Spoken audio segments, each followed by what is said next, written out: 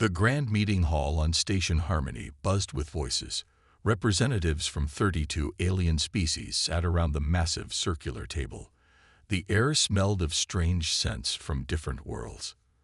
Lights were kept at medium brightness to help all the different eyes see well. For 3 years, they had been talking with humans.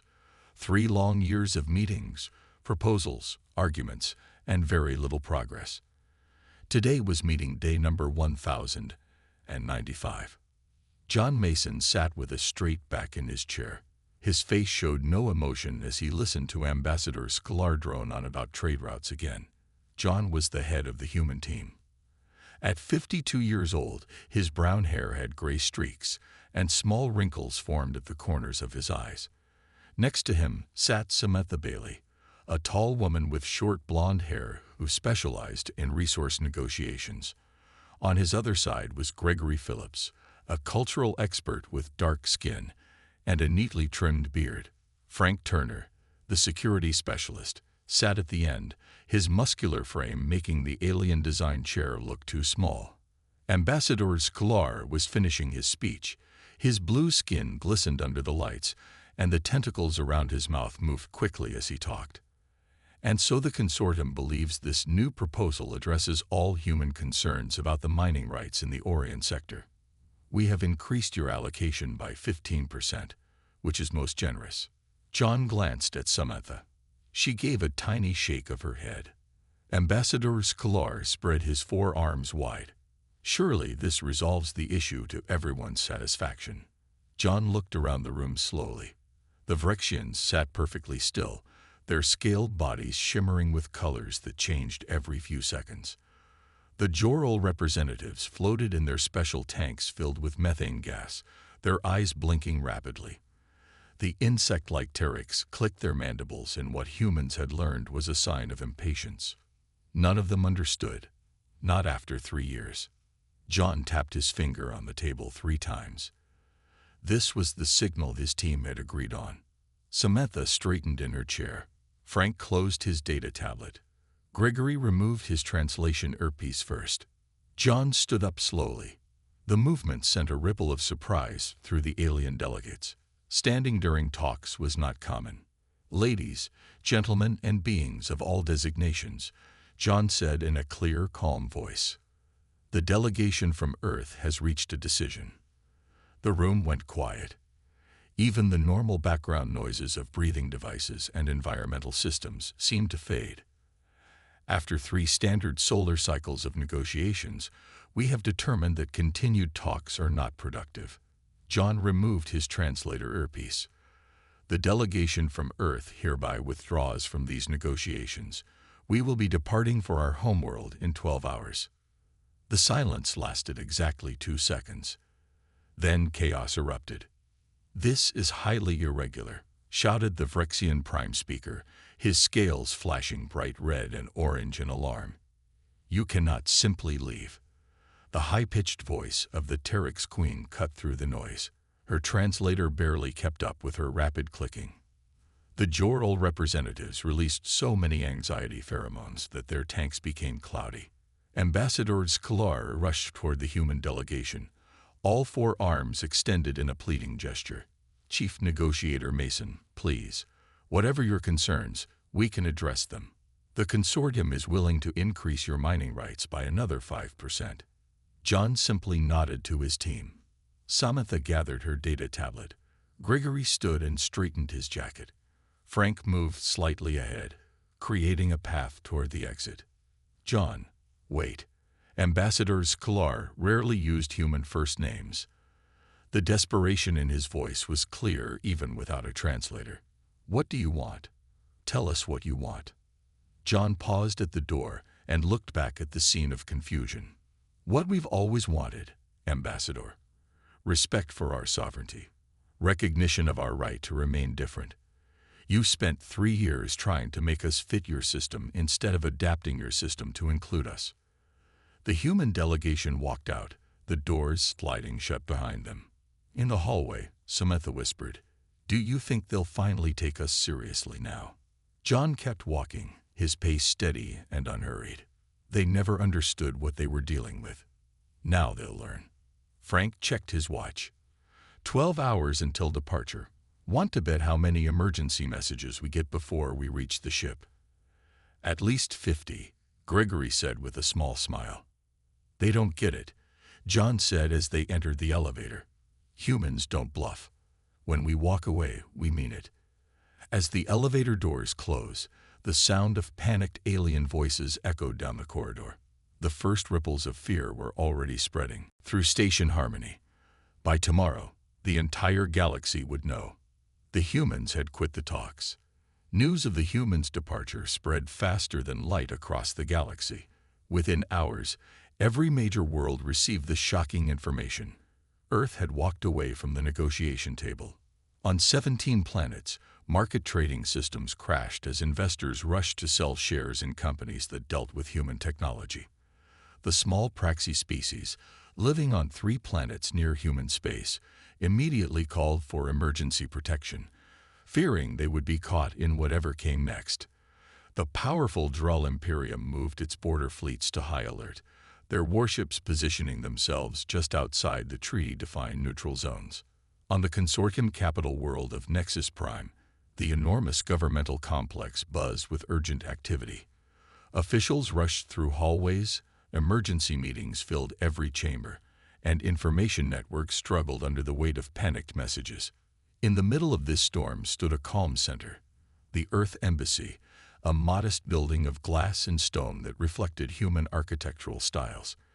Inside, senior analyst Lisa Wright sat in her office, watching the flood of incoming messages on her screens. Lisa was 45, with shoulder-length brown hair streaked with natural gray. Her blue eyes showed intelligence and patience. As the only official human representative still in consortium space, she had suddenly become the most sought-after person on Nexus Prime. Her communication system chimed again. This was the 27th urgent request for a meeting in the last 2 hours. Lisa sighed and accepted the call. The holographic projection of Consortium High Chancellor Cleavor appeared in the center of her office. Even in hologram form, the Chancellor looked distressed. His translucent skin, normally a healthy pale blue, had taken on a grayish tone. The 6 fingers on each of his hands twitched nervously. Analyst Wright, he began, his voice shaking slightly. This situation is most disturbing. The Consortium Assembly is in emergency session. Markets are destabilizing. 3 minor species have requested military protection. Surely you understand the implications. Lisa leaned back in her chair. I understand perfectly, Chancellor. And I am not an ambassador. I am an analyst, left behind to observe and report. Earth has spoken. The talks are over. The elderly Cleavor's skin paled even further. But why? We've made substantial concessions on mineral rights in the Orient sector. We offered a 15% increase just today. Your delegation didn't even counter the offer. Lisa closed her eyes briefly, gathering her patience. Chancellor, in all these negotiations, not once did the consortium address humanity's primary concern. Which is? Cleavor asked, spreading his hands. Our sovereignty. Our right to remain different. Lisa stood up and walked to the window. Outside, she could see emergency vehicles rushing past, their lights flashing. The consortium spent 3 years trying to make humans fit into your existing system. You never once considered adapting your system to accommodate us. But that's how the consortium has worked for 12,000 years. 217 species have joined under these same terms. And none of them evolved like humans did. Lisa replied. None of them developed spaceflight while still fighting wars among themselves. None of them have our particular psychology. The Chancellor's hologram flickered as he moved closer to his transmission device. What would it take to bring your people back to the table? Lisa turned to face him. A complete rethinking of your approach. Recognition that humanity can be part of the galactic community without surrendering what makes us human. That could take months to formulate. Then I suggest you begin immediately. Lisa looked at her screens, where more incoming message alerts flashed. Now, if you'll excuse me, Chancellor, I have calls from 26 other officials to answer. After the Chancellor's hologram disappeared, Lisa sat down heavily in her chair. She opened a secure channel to Earth and began recording her daily report. Day 1 after withdrawal. Panic level high and rising. The consortium leadership appears genuinely shocked. They still don't understand that humans don't make empty threats. When we walk away, we mean it. She paused, watching the emergency lights flash outside her window. They're scared, and they should be. Not because we plan to harm them, but because for the first time in 12,000 years, they've encountered a species they can't simply absorb into their system. Lisa ended the recording and prepared for her next call. Outside her window, the lights of Nexus Prime stretched to the horizon, a vast civilization that had never needed to truly compromise. Until now, the underground meeting chamber beneath Denver buzzed with tense energy. Located 300 feet below the city, the Planetary Defense Council headquarters was the most secure facility on Earth. The circular room, with its ring of seats facing the central display area, now held the most powerful people on the planet. John Mason and his team had returned from space 2 days ago. Now they stood in the center of the room, surrounded by military leaders, government officials, and scientific advisors. The main screen showed reports from across the galaxy, all reactions to Earth's dramatic exit from the negotiations. Admiral Richard Powell stepped forward. At 60, he had a weathered face, short gray hair, and the confident posture of someone used to command. As head of Earth's defensive fleet, his opinion carried significant weight. "They're panicking," he said, pointing to the screen. "Our intelligence ships report emergency sessions in all major galactic governments. The consortium has called their first full assembly in 70 years. Nicole Harris, the council chairwoman, leaned forward in her seat. Her dark hair was pulled back in a severe bun, and her sharp eyes missed nothing. "And what do we think they'll decide?" John Mason shrugged. "They have 3 options as we see it. 1, they can accept our terms. 2, they can try to isolate Earth economically. 3, they can consider military action." A murmur ran through the room at the mention of military action. "Would they really attack Earth?" asked one of the younger council members. Admiral Powell shook his head. "Military action against Earth would be catastrophic for them. They know that." "Do they?" Chairwoman Harris asked. "I'm not sure they understand us at all." Gregory Phillips stepped forward. As the cultural specialist from the negotiation team, he had spent 3 years studying alien psychology. "That's exactly the problem, Madam Chairwoman. They fundamentally misunderstand human psychology." He tapped a command into his tablet, and the main screen changed to show a diagram of evolutionary paths. The consortium evolved as separate species that eventually found common ground through trade and mutual benefit. Humans evolved as tribal competitors who learned to cooperate without losing our competitive edge. Samantha Bailey added, "They think we're bluffing." In 3 years of talks, not once did any species simply walk away from the table. It's not in their cultural toolkit. They always compromise, always find middle ground. "But humans don't always compromise," Admiral Powell said. "Exactly," John agreed. "Sometimes we walk away. Sometimes we say no and mean it. They don't have a framework for understanding that." Frank Turner, who had been silent until now, finally spoke. His voice was low and serious. "They'll test us first. They'll want to see if we're serious." "What kind of test?" Nicole Harris asked. "Small things at first," Frank replied. "Trade disruptions, communication problems, delays in shipping. Nothing that looks like direct action, but enough to cause problems." John nodded in agreement.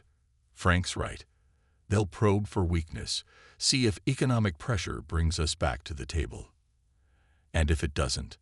someone asked. Admiral Powell's face darkened. "Then they might try something more direct. We should prepare for that possibility." Nicole Harris stood up, signaling a decision. "Very well. Admiral Powell, I want our fleet on alert status. Not provocative positioning, but ready. John, your team will prepare a response strategy for each scenario. She looked around the room at the assembled leaders. Make no mistake, this is a turning point in human history. For the first time, we're not joining someone else's club on their terms. We're demanding respect as equals. John gathered his data tablet. That's what they don't understand, Madam Chairwoman. To them, being accepted into the consortium was a great honor we should have gratefully accepted. They never considered that humans might see it differently. As the meeting broke up, Frank approached John privately. Do you think they'll ever understand us? John looked at the galaxy map still displayed on the main screen, with Earth a tiny blue dot among countless stars. They'll have to, he said quietly, because we're not changing who we are to make them comfortable. The consortium didn't wait long to make its first move. Within one Earth week, trade ships heading to human space began reporting navigation problems.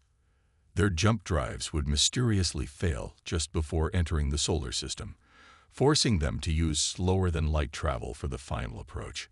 What should have taken hours now took days.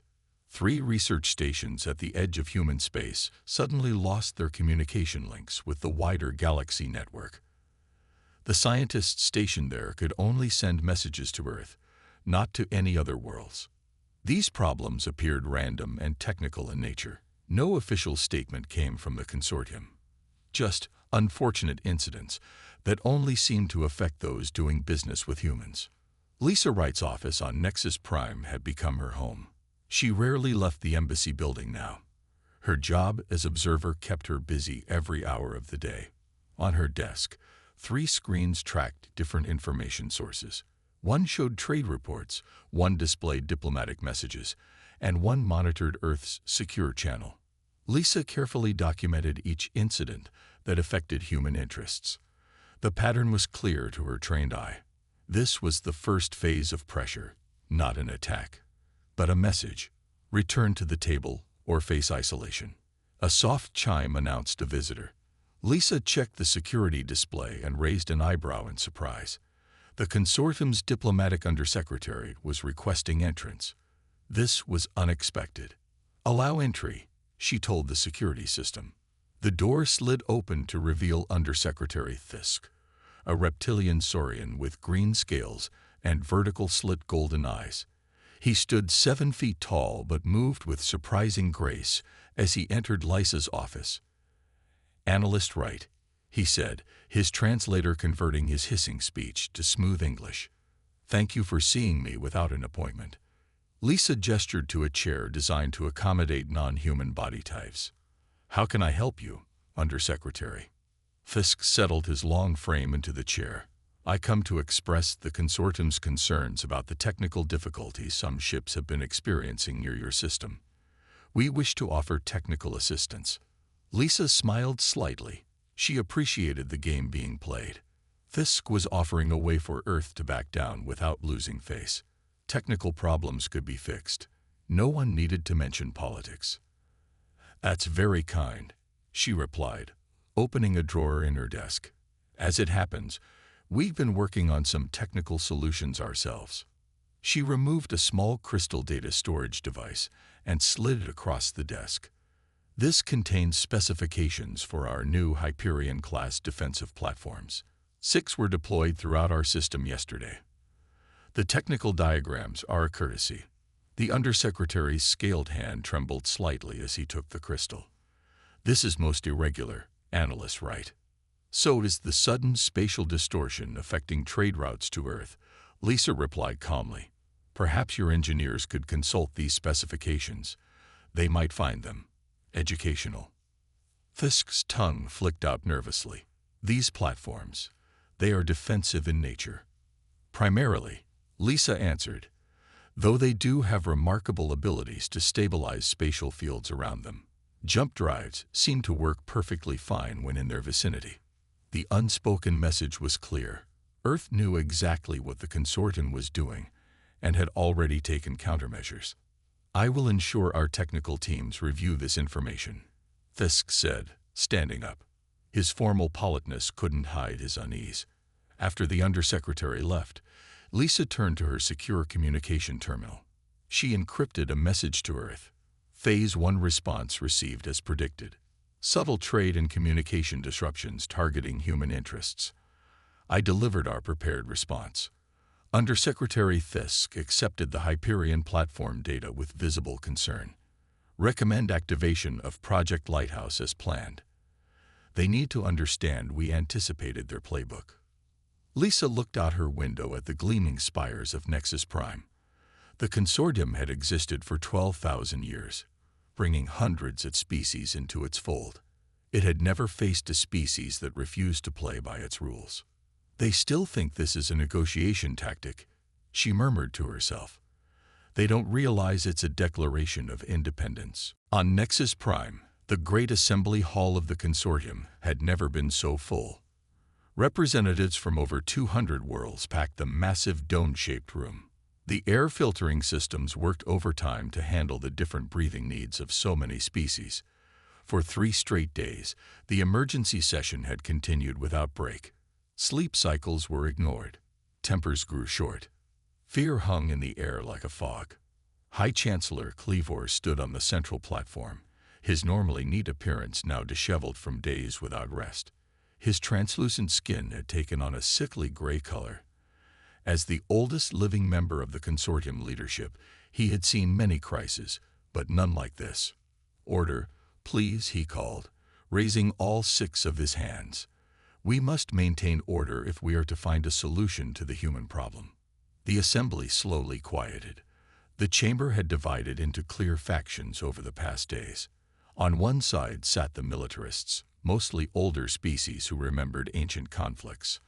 On another side gathered the economic powers, whose trade networks now faced disruption. In a third section were the ancient species, who counseled patience above all. Ambassador Sklar, who had led the failed negotiations with humans, stepped onto a speaking platform. His blue skin looked dull under the lights. The data is irrefutable, he announced, his voice amplified through the chamber. Humans are the only known species to have developed spacefaring capability while still engaged in internal warfare. They are dangerous and unpredictable. A murmur of agreement swept through the militarist section. Their walking away from negotiations is unprecedented, Sklar continued. No species has ever rejected consortium membership once offered. It suggests a hostile intent. Iliax, the silver-skinned representative of the Quantum Commerce Guild, rose next. His tall, thin body seemed to shimmer as he moved to the speaking platform. But they are also innovators, he countered. Their computational approaches alone have advanced our collective research by decades. Their art forms have created new markets. We cannot afford to lose their contributions. The economic faction nodded in agreement. Chancellor Cleavor raised his hands for silence again. We have received troubling information. Our intelligence suggests the humans are activating something called Project Lighthouse. We do not know what this represents, but the energy signatures detected near their star are concerning. The word weapon whispered through the crowd, passing from translator to translator in 200 languages. Is it a planet killer? Someone shouted. Are they preparing to attack? Called another voice. We should strike first, suggested a military representative. Chancellor Cleavor was about to respond when the central communication array chimed with an incoming transmission. The massive screen at the front of the chamber activated, displaying the face of a young human male in a blue uniform. This is Communications Officer Danny Rice from Earth Space Command, the human said calmly. Be advised that we have detected your surveillance vessels near our outer defense perimeter. As a courtesy, we are informing you that Project Lighthouse will activate in 6 hours. We recommend all non-human vessels maintain a minimum safe distance of 2 light hours from Sol. Thank you. Before anyone could respond, the transmission ended. The chamber erupted into chaos. Military representatives demanded immediate action. Economic leaders called for sanctions. The ancient species counseled evacuation of nearby systems. Amid the panic, no one noticed the small message that appeared on Chancellor Cleavor's private screen. It came from analyst Lisa Wright at the Earth Embassy. Don't panic. Wait and see. But waiting was the one thing the consortium had never learned to do well. For 12,000 years, they had dealt with problems through careful negotiation and subtle pressure. The humans had changed the rules, and now the consortium faced something it had never prepared for, a species that wouldn't play the game. As the shouting continued around him, Chancellor Cleavor looked up at the giant display where the human's face had been moments before. What was Project Lighthouse? And why would the humans announce it before activation? In 6 hours, the galaxy would find out, and nothing would ever be the same. The countdown to Project Lighthouse's activation had the entire galaxy on edge. Military vessels from a dozen species positioned themselves at the 2-light-hour safety boundary around Sol. News networks across thousands of worlds interrupted regular broadcasts to provide continuous updates.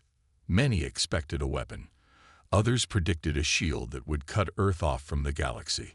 Some religious groups declared it was the end of times. None of them guessed correctly. In a secured underground facility in Colorado, Commander Olivia Bennett stood before a wall of screens. At 48, she had spent the last 15 years of her career developing Project Lighthouse. Her brown hair was cut short for practicality, and her green eyes focused intently on the countdown timer. "All systems ready," reported her technical chief. "Transmitters aligned. Data packages prepared." Admiral Powell stood beside her, arms crossed over his chest. 3 years of planning. Hard to believe we're finally here. Olivia nodded. They never understood what we were doing all that time in the negotiations. They thought we were just being difficult, when actually we were mapping their entire communication network, Admiral Powell added with a slight smile. The timer reached 0. Olivia took a deep breath and pressed her palm against the activation panel. Project Lighthouse, initiate. At first, nothing seemed to happen. No energy beams, no massive explosions, no distortions in space. Then, throughout consortium space on every world, moon, and space station, something unprecedented occurred. Every communication device, from the most sophisticated governmental systems to personal message units, simultaneously received the same transmission. It wasn't an attack. It was information. Specifically, it was the complete, unedited record of all consortium deliberations regarding humanity. Every private meeting where they planned to manipulate Earth's economy, every military assessment of human defenses, every secret conversation about how to pressure humans into compliance. All of it, perfectly translated into each species' native language. Total informational transparency, the one thing the consortium system could not withstand. In the control center, Olivia watched the data streams flowing out to the galaxy. Transmission complete. All targets receiving. Admiral Powell checked the readings on his screen. Any attempts to block the signal? "A few," Olivia answered. "The Drell tried to jam it, but our algorithms simply adapted and found new pathways. The beauty of their own network being used against them." In her quarters on Nexus Prime, Lisa Wright was already packing. As Earth's official observer, she expected immediate expulsion once the transmission reached the consortium leadership. A soft chime announced a visitor. She was surprised to see Chancellor Cleavor himself on the security display, standing alone outside her door. "Allow entry," she instructed the system. The Chancellor walked in slowly, looking older than she had ever seen him. "You've revealed our secrets to every being in the galaxy," he said without greeting. "No," Lisa corrected gently. "We revealed your secrets about us." "There's a difference." "Why?" The question was simple, but carried the weight of a shocked civilization. Lisa paused her packing. "Humans have a saying, sunlight is the best disinfectant. Your consortium operates on carefully managed information, shared only with those who need to know.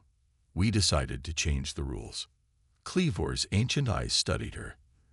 "The Assembly is in uproar. 7 member species have already demanded your arrest." "And the others?" Lisa asked calmly. "The others?" Cleavor hesitated. "The others are reconsidering their positions. Some are publicly apologizing to Earth. 3 have offered direct alliance treaties outside consortium frameworks. Lisa smiled. Transparency carries risks. You've destabilized a system that maintained peace for 12,000 years. No, Lisa replied. We've exposed its flaws. Now it can either adapt or collapse. Cleavor moved to the window, looking out at the city where emergency vehicles now raced between government buildings. I never understood your species, he admitted. Even now, I struggle to comprehend why you would choose this path. Because humans value honesty over comfortable lies, Lisa said. We would rather face hard truths than live in a beautiful illusion. Back on Earth, Commander Olivia watched the first responses flowing in from across the galaxy. Some were outraged. Many were shocked. But a surprising number were relieved. We gave them something they never knew they needed, she told Admiral Powell. The freedom of truth. Project Lighthouse wasn't a weapon. It was something far more powerful and far more dangerous to the old order. 3 months after Project Lighthouse changed the galaxy, John Mason found himself sitting at another negotiation table. This time, everything was different. The talks weren't happening in consortium space. They were being held on Earth, in the beautiful coastal city of Wellington, New Zealand. The room had large windows that looked out over the blue ocean. Sunlight streamed in, warming the faces of those gathered around the table. Only 27 species were present, rather than the full consortium membership of over 200. These were the ones who had reached out to Earth after the revelations, seeking the new kind of relationship. John wore a simple dark blue suit. His face looked more relaxed than it had in years. Beside him sat Samantha Bailey, now Earth's chief diplomatic officer. Gregory Phillips and Frank Turner completed the human team. Across the table, Chancellor Cleavor looked noticeably aged. The events of the past months had taken their toll. Yet there was also a new energy about him, as if a great burden had been lifted. We are here today, Cleavor said, addressing the assembly, because the old approaches have failed. The consortium structure was designed for species more similar to each other than humanity. John nodded in appreciation of the honest acknowledgement. We thank you for your willingness to begin anew, Chancellor. Earth never wanted to disrupt galactic stability. We simply refused to sacrifice our essential nature to join it. A representative from the tree-like arbor species raised a branch. Many worlds are still angry about the information release. They feel violated. Understandable, Samantha replied. But that information showed how the consortium planned to manipulate Earth into compliance. Secrets and manipulation might have worked for thousands of years, but humans value transparency. Humans negotiate differently, John added. We value clear positions and honest disagreement over superficial harmony. Another important difference from the previous talks was visible on the walls. Large screens showed the proceedings being broadcast live across all participating worlds. Another human requirement. No more secret diplomacy. We propose a new framework, John continued, activating a holographic display in the center of the table. We call it the Galactic Cooperative. It has 3 core principles: equal standing for all member species, transparent operations, and most importantly, the right of all species to maintain their cultural uniqueness while still participating in interstellar affairs. The display showed a new organizational structure, fundamentally different from the consortium's hierarchical model. Chancellor Cleavor studied it carefully. Some will never join such an arrangement. We know, John acknowledged. The Drell Imperium has already rejected the concept. 3 other major powers remain uncommitted, but 17 have already signaled their willingness to try this approach. The Phyrexian representative, whose scales now glowed a calm blue, spoke up. My people have existed within the consortium for 2,000 years. We followed their rules. But after seeing the hidden communications, we prefer your way forward. As the formal proposal was distributed, Frank Turner leaned toward Gregory Phillips. Not bad for a species that walked away from the table. Gregory smiled slightly. Sometimes you have to leave to make them realize you were serious about staying on your own terms. Outside the facility, A remarkable sight greeted visitors to Earth. Beings from a dozen worlds stood in peaceful demonstration, holding signs in multiple languages. Some supported the new arrangement, others protested it, but all were being heard. Earth had insisted that free expression was part of any new agreement. John looked out the window at the gathered beings. He thought back to that moment 3 months ago, when they had walked out of the negotiation room on Station Harmony. It had been a risk. It could have led to isolation or even conflict. Instead, it had created an opportunity for something better. The talks will continue for many months, John told the assembled representatives. There will be disagreements and difficulties. But this time, we are all truly at the table as equals. Chancellor Cleavor nodded slowly. We may be fewer in number, but perhaps we are stronger in purpose. A new era had begun, not with humanity conforming to the galaxy's expectations, but with the galaxy learning that differences could be strength, that transparency could build trust, and that sometimes walking away was the first step toward a better path forward.